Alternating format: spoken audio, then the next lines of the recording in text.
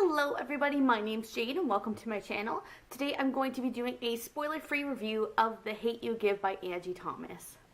Sorry Papyrus, but we're gonna have to steal your seat today, I think. So I just wanted to send out a quick apology for not uploading anything last week. I meant to put out this review last week, but because some of my footage became corrupted, I wasn't able to refilm this video until today because of my school and work schedule. So for anyone that's been waiting, I really appreciate your patience.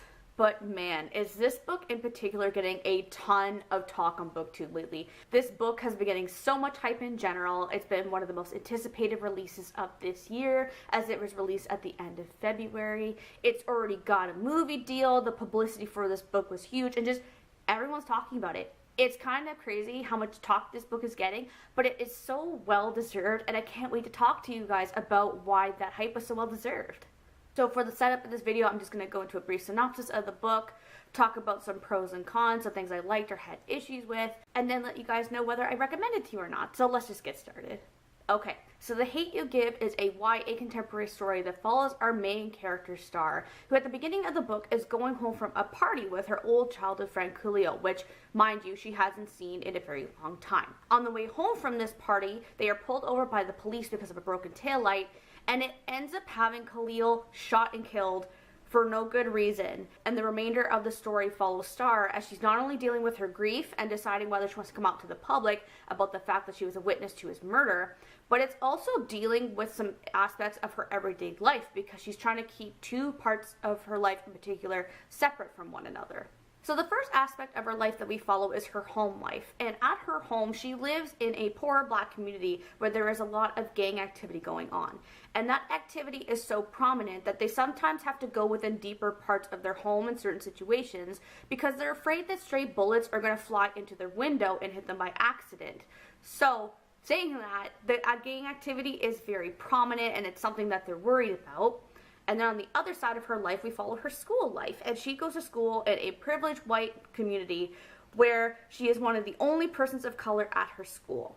She's worried about being treated as the token black girl by her peers, so she's trying to change her attitude as well as the way she talks so that they don't treat her as a stereotype because she wants to be treated as, you know, a real person.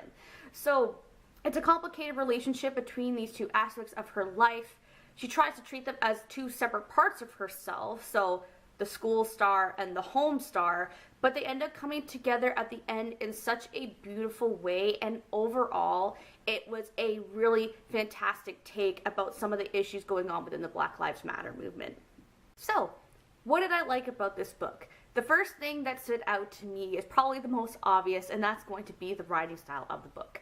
As some of you may or may not know, this is actually Angie Thomas's first novel, is her debut, and reading it, you would not think so in the slightest that this is the first novel that she's ever written. The flow of the story is fantastic, and the order of all the events just seemed very natural. It helped the characters seem more genuine as the descriptions and dialogue weren't over the top and fluffy and lyrical, but at the same time weren't so bland that you were uninterested in what was going on. And because of the way the descriptions and dialogue were built up, the world building was just so great, and I fell in love with almost all of the characters. They seemed like really real and relatable people, which doesn't happen very often for me when I read contemporary. I find it's really hard to connect with these characters for the most part, but yeah, the writing style was just phenomenal for a debut novel for sure. I also really liked the writing because the book wasn't solely based on Star's grief. It's not sad and somber all the time because it focuses on the things that make Star happy and the things that make her friends and family happy. And the fact that it wasn't just based all in that sadness was just wonderful. Another thing I really liked about the book was the way that it tackled the topic at hand. As a caveat for this book in general and my review, I am a Canadian reviewer, and I am also a white reviewer who lives in a white community. So I am not familiar with the type of experiences that are going on within the black community, especially in America. But from my understanding of the world and my experiences, I saw this story in particular to be a very genuine telling of the type of things that go on within that community. This follows a Black Lives Matter story, and it is an own voices story within that movement. If you guys don't know about the origins for this story, I'm actually going to leave an interview that Angie Thomas did down in the description below, because I actually looked into it before I read this book, and it was really telling of where this story came from and her inspirations behind the story in general. So I'll leave that for you guys to check out if you're interested. But the way that it tackled the topic of Black Lives Matter was just so refreshing and enlightening, and I really enjoyed the way that it tackled it. So I get the feeling that some of you guys are going to ask me, Jade, what do you mean by that? What do you mean it's refreshing? I'll give you an example. And this isn't exactly spoilery, so I'm going to mention a specific example. Star has one friend within the story who is white and is racist. That is apparent. It is very clear that she is racist, and she is racist to more people than just Star herself, because there are a mixture of races and ethnicities within this book, which was fantastic. So there's that one friend. However, when you look at all of Star's friendships as a whole, it doesn't solely look at the fact that her friends can be racist, because there are other conflicts going on within these friendships that any teenager would probably experience. And I'm like, yeah, when I was a teenager, I remember stuff like that happening, and it was really annoying. So it was really nice to see that these relationships and friendships can be relatable, even though I'm not part of that community myself. So that's what I mean by refreshing. It was still relatable, and it still covered those really big topics and issues, so I just thought that was just absolutely fantastic. Speaking of relationships and friendships, I loved all the dynamics that were going on in here with Star and her family and her friends and her boyfriend. It was nice to see such a mix of personalities, and the fact that all of these people seemed really real. I know that I've talked about it when I talked about the book Thief, that it's hard for a character to seem like a real person, and when they do seem like real people, it catches you off guard because you get so invested in their stories and what happens to them.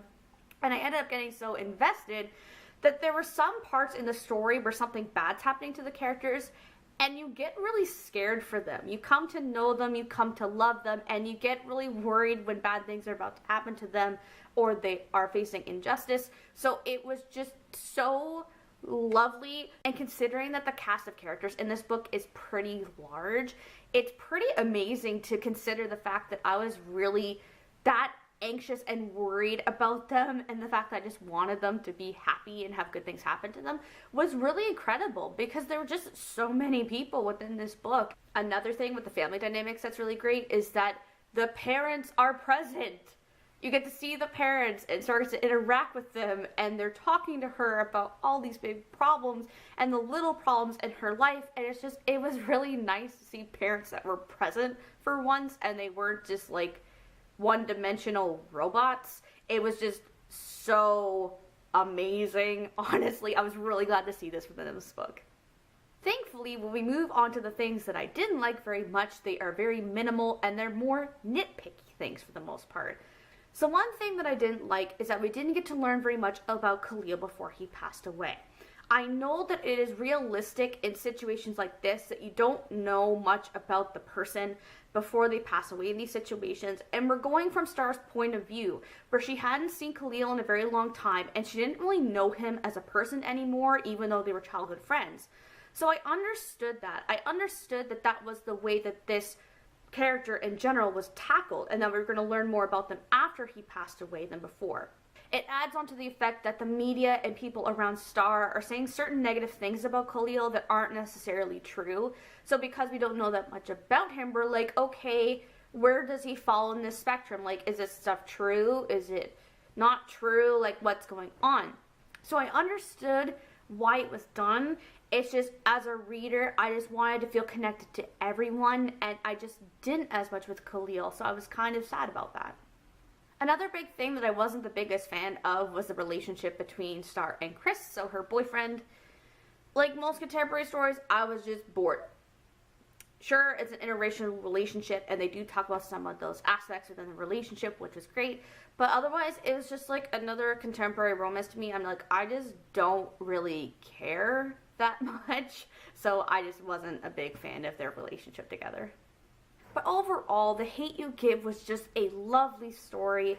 I love most of everything that is included in here. And I feel like it's going to be one of those books that turns into a classic one day because of how it handled these modern issues and topics. It does it in a way that's not preachy, and it's accessible to all readers in the sense that it's very relatable, it's something that's going on, and overall, it was just fantastic. So I ended up giving it a 4.5 out of 5 stars. I really enjoyed this book and really push and recommend that you guys read it.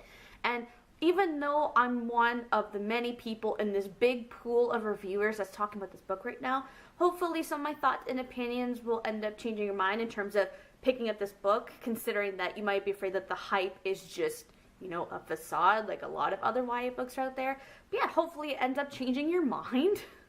If you have any thoughts or opinions about what I said today, or if you've already read this book as well and you'd like to talk to me about why you liked or disliked it, feel free to leave a comment down in the comment section down below. And very quickly before I go, I'm also looking for someone to do a buddy read with me during the month of April. So if you're a booktuber and you're interested in doing that, please, please, please feel free to let me know. I'd love to hear from you if you're interested. And yeah, thank you guys for watching, and I'll see you guys in the next video. Bye!